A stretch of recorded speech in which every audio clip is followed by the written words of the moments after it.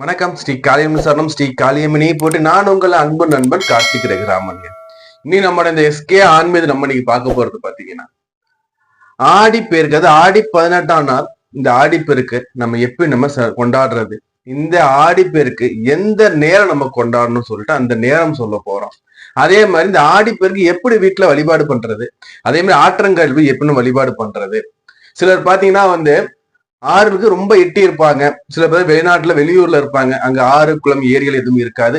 அது மாதிரி சூழ்நிலை வசிப்பவர்கள் எப்படி இந்த 18ஆம் பேர் செலிப்ரேட் பண்றது எளிமையான முறையில, ஒரு சக்தி வாய்ந்த முறையில நம்ம அந்த அம்பாளோட அருள் எப்படி நம்ம நம்ம இல்லங்கள்ல கிடைக்க பெரு சொல்லிட்டு தெளிவா பார்ப்போங்க. அதுக்கு நீங்க பண்ண வேண்டியது ஒன்னே ஒண்ணுதான், நம்ம சேனல் சப்ஸ்கிரைப் பண்ணி வச்சுக்கோங்க, கூடவே பெல்லை கிளிக் பண்ணி வச்சுக்கோங்க. அப்ப அந்த வீடியோஸ் உடனடியா வந்துகிட்டே இருக்கும். நம்ம வீடியோ சப்ஸ்கிரைப் பண்ணாம கன்வெர்ஸா வீடியோ பார்த்துட்டு இருக்கீங்கன்னா உங்களோட வேல்யூபிளான சப்ஸ்கிரைப் பண்ணுங்க, கிளிக் பண்ணுங்க, இந்த வீடியோக்கு லைக் பண்ணுங்க, உங்களுடைய மேலான கருத்து கமெண்ட் பாக்ஸ்ல தெரியப்படுத்துங்க. உங்களுக்கு ஜாதகம் பார்க்கணும், பெயராசி பார்க்கணும், திருமண பொருத்தம் பார்க்கணும், இல்ல கிரக கோளாறுக்கு பரிகாரங்கள் வேணும், திருமண தடைகளுக்கு பரிகாரம் வேணும், கணவன் மனைவிட்ட ஒற்றுமை இல்ல, வீட்டுல செல்வ நிலைகள் இல்ல, வறுமை இருக்கு, இதுக்கு ஜாதகம் பார்த்து அதன் மூலியமா எனக்கு ஆலோசனை வேணும்னு நினைக்கிற நீங்க ஸ்கிரீன்ல நம்ம எஸ்கார்ஸ் நம்பர் இருக்கு, கான்டாக்ட் பண்ணி கன்சல்டன்சி வாங்கிக்கோங்க. இப்ப வாங்க நம்ம போயிட்டு இந்த ஆடி பெருக்கு எப்படி எளிமை நம்ம வழிபாடு பண்றது, அதே மாதிரி அம்மனோட அருள் எப்படி நம்ம முழுமையா நம்ம பெறுறத பார்த்துட்டு வருவோங்க. ஆடி பெருக்கு அதாவது காவிரி தாய்க்கு நம்ம நன்றி செலுத்தக்கூடிய திருநாள் பாத்தீங்கன்னா இந்த ஆடி பெருக்கு. இந்த ஆடி பெருக்கு பாத்தீங்கன்னா பண்டைய காலத்துல இப்ப நம்ம செலிப்ரேட் பண்றோம் இல்லையா, இந்த தீபாவளி பொங்கல் மாதிரி மிகப்பெரிய பண்டிகையா அவங்க செஞ்சுக்கிட்டு வந்தாங்க. ஏன்னா உழவர்களுக்கு இந்த விவசாயத்திற்கு நீர் கொடுக்கக்கூடிய அந்த காவிரி தாய்க்கு நன்றி செலுத்தக்கூடிய அந்த திருநாள் ஆடிப்பட்டம் தேடி விதைன்னு சொல்றது இந்த திருநாள். அப்படிப்பட்ட மகத்துவம் வாய்ந்த இந்த திருநாள்ல பாத்தீங்கன்னா புத்தாடை அனுபவிக்கிறதுல இருந்து, பலகாரங்கள் செய்யறதுல இருந்து, உறவினர்லாம் வீட்டுக்கு அழைச்சி மகிழ்ச்சிகரமா கொண்டாடுற அந்த நன்றி தெரிவிச்ச நாள், மிகப்பெரிய பண்டிகையா அனுசரிச்ச நாள் இந்த ஆடி 18, அதாவது ஆடி பெருக்கும் சொல்லக்கூடியது. இந்த ஆடி பெருக்கு பாத்தீங்கன்னா பெண்களுக்கு மிக மிக உரித்தான நாள் சொல்லக்கூடியது. அதே மாதிரி பாத்தீங்கன்னா விவசாயிகளுக்கும் விவசாயம் செய்பவர்களுக்கும் நீரை நம்பி வாழ்பவர்களுக்கும் இந்த ஆடி பெருக்குங்கிறது மிக மிக உன்னதமான நாளுங்க.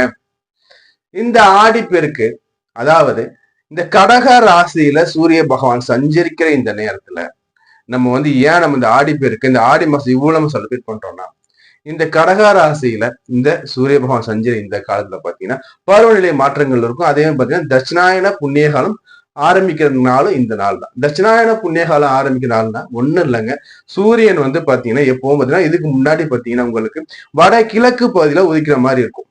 இப்ப இந்த ஆடி மாசம் பாத்தீங்கன்னா உங்களுக்கு திசை மாறி தென்கிழக்கு பகுதியில உதிப்பாருங்க. அப்படி இவர் தன்னோட நேர்கோட்டு பாதைக்கு சேஞ்ச் ஆகும்.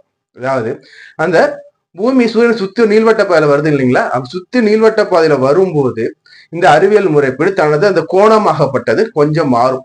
அப்படி மாறும்போது நம்ம ஆன்மீக ரீதியில என்ன சொல்றோம்னா சில நுண்ணுயிர்கள் பெருக்கம் அடையும் சொல்றோம். ஏன்னா நீர்ல வெப்பமான சூரியன் இறங்கும் போது பாத்தீங்கன்னா அங்க பாத்தீங்கன்னா காற்று அதிகமாகும். இப்ப தண்ணியில ஒரு நெருப்பு தூக்கி போட்டு என்ன சொல்லுங்க, புஷ்னோட நீரை அதிகமாகுது பாத்தீங்களா, அது மாதிரி காற்று அதிகமாகும். அதான் சொல்லுவாங்க ஆடி காத்துல அம்மியும் பறக்கும்பாங்க, அந்த அளவு காற்று அங்க இருக்கும். ஏன்னா திசை மாறுது இல்லையா. அதே மாதிரி பாத்தீங்கன்னா பருவமழை திசையும் மாறும். வடகிழக்கு பருவமழை தென்கிழக்கு பருவமழையா மாறும். பருவநிலை மாற்றம், அதே மாதிரி பாத்தீங்கன்னா சூரியனோட திசை மாற்றம், அதே மாதிரி பாத்தீங்கன்னா இங்க இந்த தட்சிணாயன புண்ணியம் ஸ்டார்ட் ஆகிற காலத்துல பாத்தீங்கன்னா தொடக்கத்துல பாத்தீங்கன்னா காற்று இருக்கும், மழையும் இருக்கும். அதாவது மழையோட சேர்ந்த காற்று இருக்கும். அப்ப பாத்தீங்கன்னா இங்க சூரியனோட வெப்பங்கள் குறையும். பொதுவா வெப்பமா இருக்கிற இடத்துல பாத்தீங்கன்னா நுண்ணுயிர்கள் பரவாது, அதாவது கிருமிகள் பரவாதுங்க. வெப்பம் கம்மியா இருக்கும்போது நுண்ணுயிர்கள் பரவும். காற்று அடிக்கும் போதும் காற்றுல ஒரு இடத்துல அடுத்த இடத்துக்கு அந்த கிருமி ஈஸியா காற்று மூலியமா பரவி வந்துடும். புரியுதுங்களா? அப்போ ஒரு வைரஸோ பாக்டீரியாவோ நீர் மூலியமா பரவும், காற்று மூலியமா பரவும், எளிதா பரவும். இல்ல காற்று வேகம் அடிக்கும் போது ஈஸியா பரவும் இல்லையா. சோ அதுக்காக நம்ம என்ன பண்றோம்னா இறைவனை வழிபாடு பண்றோம், ரொம்ப சக்தி வாய்ந்த அந்த அம்பால வழிபாடு பண்றோம். நம்ம கிருமி நாசினி சொல்லக்கூடிய இந்த மஞ்சள், அப்புறம் பாத்தீங்கன்னா மாட்டு சாணம், அதாவது மாட்டோட சிறுநீர், மாட்டு கோமைன்னு சொல்றோம் இல்லைங்களா, இதை வச்சு நம்ம வீடு நம்ம இருக்கிற சுத்தமும் முழுகிறது, டெய்லி சுத்தபத்தமா குளிச்சு ஆலயம் போய் வழிபாடு பண்றது, வீட்டை சுத்தி வேப்பலை சொருகி வைக்கிறது, அதே மாதிரி பாத்தீங்கன்னா வீட்டுல தோரணம் கட்டுறது, வேப்பலை மாயில தோரணம் கட்டுறது, மஞ்சள் தண்ணி கரைச்சி நம்ம ஊத்துறது, அப்படிலாம் பண்ணும்போது கிருமிகள் அழிக்கப்படும். இந்த இடத்துல காற்றுல வரும்போது வேப்பலைங்கிறது அதி உன்னதமான ஆன்டிபயோட்டிக், அதாவது நோய் கிருமிகளை கொல்லக்கூடியது, அழிக்கக்கூடியது. அப்போ காட்டுல வரக்கூடிய கிருமிகள்லாம் அந்த இதை அழிச்சிடும். புரியுதுங்களா? இதெல்லாம் வந்து நம்ம வந்து அந்த காலத்துல முன்னோர்கள் வந்து பாத்தீங்கன்னா அந்த அறிவியல் தோன்றதுக்கு முன்னாடியே நமக்கு வழிவகுத்து சாஸ்திரமா எழுதி வச்சுட்டு போயிருங்க. அதே மாதிரி பாத்தீங்கன்னா இந்த வடகிழக்கு பருவமழை தென்கிழக்கு பருவமழை மாறும்போது நம்ம காவிரி தாயில ஆற்று வெள்ளம் வரும். அந்த காவிரி தாயில வரக்கூடிய ஆற்று வெள்ளத்தை நம்ம கண்ணால பார்க்கும்போது நம்மளோட மனதிலையும் நம்ம இல்லங்கள்லயும் பாத்தீங்கன்னா அந்த செல்வங்கள் பெருகும், மகிழ்ச்சி நிரம்புங்கிறது. ஏன்னா நம்ம அந்த காலத்துல நம்ம மூலதாரம் என்ன விவசாயத்துக்கு? ஆற்று நீர் பாசனம். அப்ப பாசன பகுதியில ஒரு விவசாயி தண்ணிய பார்க்கணும் அவன் மனசு எப்படின்னா இறைவனே வந்து பார்த்த மாதிரி இருக்கும். அமுத மழை பெஞ்ச மாதிரி இருக்கும். தங்கம் வந்து இந்த ஆத்துல உடையாருதான் அவன் பார்ப்பானா. ஏன்னா விவசாயி இல்லவா? விவசாயத்துக்கு மூலதாரணம் தண்ணி. அந்த தண்ணி பெருக்கெடுத்து வரத பார்க்கும்போது அப்பா இந்த ஆண்டு நான் அறுவடை பண்ணிடுவேன், விவசாயம் நல்லா பண்ணிடுவேன் சொல்லிட்டு இறைவனுக்கும் அந்த காவிரி தாய்க்கும் நன்றி செலுத்தக்கூடிய நாள் இந்த ஆடிப்பெருக்குங்க. இந்த ஆடிப்பெருக்குல நம்ம வீட்டுல எப்படி வழிபாடு பண்றது, நம்ம வந்து இதுக்கு என்னென்ன பூஜை பொருட்கள்லாம் நமக்கு வேணும், ஆற்றங்கரை எப்படி நம்ம வழிபாடு பண்றதுன்னு பார்ப்போம். ஃபர்ஸ்ட் ஆற்றங்கரை வழிபாடு பண்றதுன்னு பார்க்கணும். ஆற்றங்கரை வழிபாடு பண்ணும்போது பாத்தீங்கன்னா 1-2 பேரா போக மாட்டாங்க. ஒரு குரூப்பா ஒரு 5 பேர் 6 பேருங்க அங்க போயிட்டு என்ன பண்ணுவாங்கன்னா ஆற்றங்கரையில அந்த ஆற்றங்கரை மணல் என்னன்னா ஒரு ரவுண்டா ஒரு பாத்தி மாதிரி கட்டி அந்த மணலுக்கு நடுவுல பாத்தீங்கன்னா என்ன பண்ணுவாங்கன்னா மஞ்சள்ல பிள்ளையார் செஞ்சு வைப்பாங்க. மஞ்சள் பிள்ளையார் பண்ணுவாங்க.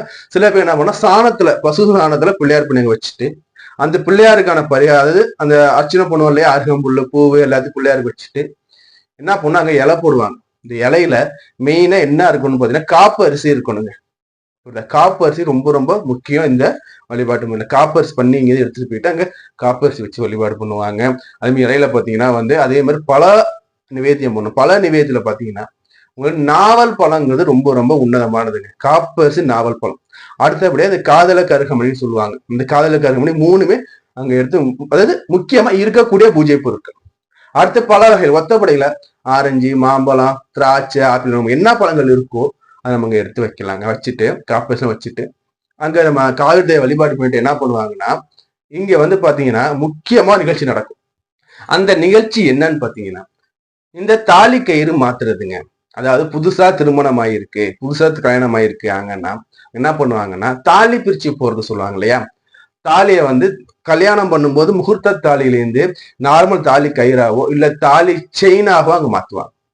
இது ரொம்ப ரொம்ப முக்கியமா நிகழ்றதுங்க. இதுக்கு வந்து பாத்தீங்கன்னா அந்த 3 மாசம் ஆகணும், 6 மாசம் ஆகணும், 1 வருஷம் ஆகலாம் இல்லை. இந்த ஆடிப்பெருக்கு திருநாள்ல கல்யாணம் ஆகி 15 நாள் ஆயிருந்தாவே போதும் அந்த தாலி கயிறு நம்ம அங்க மாத்திக்கலாங்க. அடுத்தபடியா பாத்தீங்கன்னா கல்யாணம் ஆகாதவங்க என்ன பண்ணுவாங்கன்னா அங்க வந்து பாத்தீங்கன்னா நூல் இருக்கு பாத்தீங்களா, மஞ்சள் நூல்ல அதை வந்து என்ன பண்ணா அம்பாளுக்கு அங்க வந்து காவிரி தாயை வேண்டி என்ன பண்ண சீக்கிரமா திருமணம் எனக்கு ஆகணும்னு சொல்லிட்டு கழுத்துல கட்டிப்பாங்க. பாதி பேர் கையில கட்டிப்பாங்க. ஆண்கள் வந்து கையில கட்டிப்பாங்க, பெண்கள் வந்து கழுத்துல கட்டிப்பாங்க. இது ஒரு சம்பிரதாயம். அடுத்து என்ன பண்ணுவாங்கன்னா இந்த திருநாள்ல ஏனைய பெண்கள் இருக்காங்க இல்லையா, சுமங்கலிகள், அவங்க என்ன பண்ணுவாங்கன்னா தன்னோட தாலி கயிறை மாத்துறதுக்கு மிக உன்னதமான நாள் இந்த நாள். தாலி கயிறை மாத்துவாங்க. எப்படின்னா தாலி கயிறு பழசாயிடுச்சு, தாலி கயிறு மாத்தணும்னா கழுத்துல ஒரு தாலியை போட்டுட்டு இந்த தாலி கயிறை அங்க மாத்தி விநாயகர் பாதத்துல வச்சு போட்டுப்பாங்க.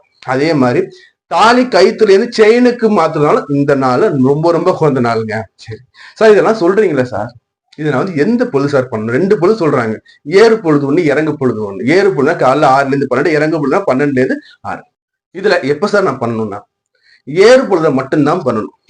இதுக்கான நேரம் வந்து வீடியோ முடியல நான் சொல்றேன், எந்த நேரம் பண்ணா உங்களுக்கு நல்லா இருக்கும்னு சொல்லி நான் சொல்றேன். சரி, இதுல வந்து பாத்தீங்கன்னா உங்களுக்கு தாலி செயின் எல்லாத்தையும் மாத்திட்டு இருக்கிறதுலயே வந்து பாத்தீங்கன்னா வயது முதிர்ந்தவர் இருப்பாங்க இல்லையா. இப்ப 5 பேர் போறாங்கன்னா ஒருத்தவங்க 50 வயசு, 40 வயசு, 30 வயசு, 35 வயசுனா இது யாருக்கு வயது அதிகமாக இருக்கோ அவங்க கிட்ட காலில் வந்து ஆசீர்வாதம் வாங்குவாங்க. அந்த இடத்துல தீர்க்க சுமங்கலி இருக்கவங்ககிட்ட காலில் வந்து ஆசீர்வாதம் வாங்கிட்டு நம்ம என்ன பண்ணுவோம், வாழை இலையில அகல் ஏற்றி தீபம் போட்டு விடுவோம். சில பேர் என்ன பண்ணாங்க மாவிளக்கு பண்ணுவாங்க. மாவிளக்கு பண்ணி அந்த மாவிளக்குல அந்த எடுத்து அழகா ஒரு 5 3 எண்ணிக்கையில எடுத்து வாழை இலையில வச்சு விடுவாங்க. சில பேர் வாழை மட்டையில வச்சு விடுவாங்க. சில பேர் இந்த வாழையில பூவெல்லாம் வச்சு இந்த சாதம் எல்லாம் வச்சு விடுவாங்க. இன்னும் ஒரு சிலர் பாத்தீங்கன்னா வந்து முளைப்பாரின்னு சொல்லுவாங்க. இந்த முளைப்பாரிங்கிறது பாத்தீங்கன்னா நவதானியத்தை ஒரு சட்டி எடுத்து அதில் முளைக்க வச்சு தள்ள வச்சு எடுத்துட்டு வருவாங்க. தள்ள வச்சு எடுத்து வந்து முளைப்பாரிங்கிறது அதுக்கு வந்து அபிஷேகம் எல்லாம் பண்ணி அதுக்கு பூஜை எல்லாம் பண்ணி அதை தண்ணில விட்டு போவாங்க. இந்த முளைப்பாரி தண்ணில விடும்போது என்ன ஆகும்னா இந்த முளைப்பாரிங்க அப்படி தண்ணில அப்படியே மிதந்துகிட்டே போயிட்டு எங்கேயாச்சும் அக்குமேட்டா உள்ள எங்கேயாச்சும் நிக்கும் பாத்தீங்களா, நிக்கிற இடத்த அது செழுமையாகும். எங்கெல்லாம் வந்து இருக்கோ அது செழுமையாகும். இதை பழைய காலம் என்ன பண்ணுவாங்கன்னா, இந்த வறுமையில் இருப்பாங்க இல்லையா, அப்ப அவங்க இதை என்ன பண்ணுவாங்க, தண்ணியில வரதை எடுத்து அதை வச்சு அவங்க பஞ்சம் பிழைப்பாங்கன்னு ஒரு பழமொழி, ஒரு ஐதீகம் இருக்குங்க. அப்போ முளைப்பாரியும் இங்க விடுறது இந்த நாள்ல தான். இந்த நாள் அடுத்த ஒரு கேள்வி வரும், சார் இதுல வந்து ஆண்களும் கலந்துக்கலாமான்னா, கல்யாணம் ஆகாத ஆண்கள், எனக்கு கல்யாணம் ஆகும் என்ற ஆண்களும் இதுல கலந்துக்கலாம், தப்பு எதுவும் கிடையாது. அடுத்து இந்த ஆடிப்பெருக்கு, அதாவது இந்த ஆடி 18ஆம் பேரை நான் வீட்டுல எப்படி சார் நான் செலிப்ரேட் பண்றது, அதாவது வீட்டுல எப்படி சார் கொண்டாடுறது. அதாவது இப்போ பலர் பாத்தீங்கன்னா நகரத்துல இருப்பாங்க, இல்ல வெளியூர் வெளிநாட்டுல இருப்பாங்க. அப்போ அவங்ககிட்ட ஆறுக்கோ இந்த குளத்துக்கோ நதிக்கரைக்கோ போகிற வாய்ப்புகள் இல்லை சார்னா, அப்ப நீங்க என்ன பண்ணலாம்னா, உங்க வீட்டுல விட நீர்நிலைகள், அதாவது வீட்டுல கிணறு இருக்கா அங்க, இல்ல சார் கிணறு இல்ல சார்னா வீட்டுல நம்ம எப்படிதான் நீர் தேக்க தொட்டி இருக்கும், நம்ம வீட்டுல டேங்க் இருக்கு பாத்தீங்களா, அங்க அந்த டேங்கு கிட்ட, அதுவும் இல்ல சார் வெறும் பைப் மட்டும், அந்த குழாயடியில இங்கெல்லாம் என்ன பண்ணணும்னா, அங்க நம்ம எங்க நம்ம பண்ண போறோமோ, கிணறுனா கிணறு, டேங்குனா டேங்கு, குழாயினா குழாயினா அங்க போயிட்டு என்ன பண்ணுங்க, அதே மாதிரி சொன்னா பாத்தீங்களா, அதே மாதிரி மஞ்சள் பிள்ளையார் எடுத்து வைங்க. மஞ்சள் பிள்ளையாருக்கு பூ அருகம்புல்லாம் போடுங்க. போட்டுட்டு என்ன பண்ணுங்க, இங்க வந்து வாசனை நிறைந்த அந்த மலர்கள் அங்க போடுங்க. போட்டுட்டு அந்த தண்ணி டேங்கோ கிணத்துக்கோ என்ன பண்ணுங்க, மஞ்சள் குங்குமம் பொட்டு முதல்ல வைங்க. மஞ்சள் குங்குமம் பொட்டு அங்க வச்சுட்டு நம்ம இங்க என்ன பண்ண போறோம்னா, அதே மாதிரி இலை போட்டு இந்த காதல கருகமணி, நாவல் பழம், அதே மாதிரி பாத்தீங்கன்னா காப்பு அரிசி, இந்த தாலி கயிறு, மஞ்சள் குங்குமம், பூவு, பாக்கு, வெத்தலை எல்லாத்தையும் எடுத்து வைங்க. பழங்கள் ஒத்த பல்ல எடுத்து வைங்க. பழங்கள் நிவேத்தியம் பண்ணும் போது 1, 5, 7, 9, அதாவது ஆரஞ்சு, திராட்சை, வாழைப்பழம், என்னென்ன பழங்கள் இருக்கோ ஒத்தப்படை எடுத்து வைங்க. சில பேர் என்ன பண்ணுவாங்கன்னா சாதம் பண்ணி வைப்பாங்க, இனிப்பு பண்ணி வைப்பாங்க. அப்ப சக்கரை சாதம், கற்கண்டு சாதம், இது மாதிரி அதுவும் ஒத்தப்படையா வைங்க, ரெட்டப்படையா வைக்காது.